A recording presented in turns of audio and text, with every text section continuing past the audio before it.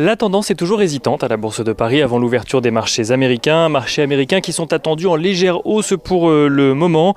On note que hier à la clôture, le Dow Jones perdait 0,07% à 34 577 points. Le S&P 500 qui lui perdait 0,36% à 4 192 points, tandis que le Nasdaq Composite perdait lui 1,03% à 13 614 points. Des marchés américains dont les premiers échanges sont attendus avec impatience à la lumière des chiffres de l'emploi. En attendant, les investisseurs ont pu suivre quelques actualités en matière de politique américaine hier soir. Joe Biden tout d'abord qui avait envisagé de mettre en place un impôt sur les sociétés pouvant aller jusqu'à 28% afin de financer son plan d'infrastructure serait finalement prêt à y renoncer et à mettre en place à la place donc un taux minimum à 15%, et en contrepartie les républicains devraient de leur côté s'accorder sur un montant de 1000 milliards de dollars pour financer les dépenses d'infrastructure en question.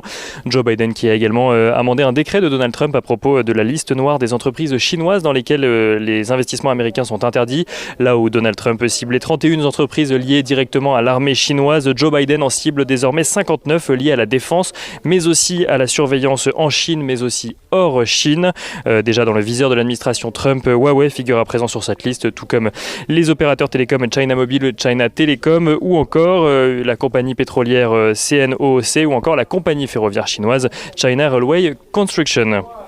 Du côté des valeurs, à suivre à présent à Wall Street, on note que Broadcom annonce anticiper un chiffre d'affaires trimestriel supérieur aux attentes de Wall Street, grâce notamment à la demande liée au déploiement de réseaux mobiles 5G. Et on note à Wall Street, mais également à Paris, que Vivendi annonce être en discussion avec Pershing Square Tontine Holdings, le SPAC du milliardaire William Ackman, afin de lui céder 10% de Universal Music Group.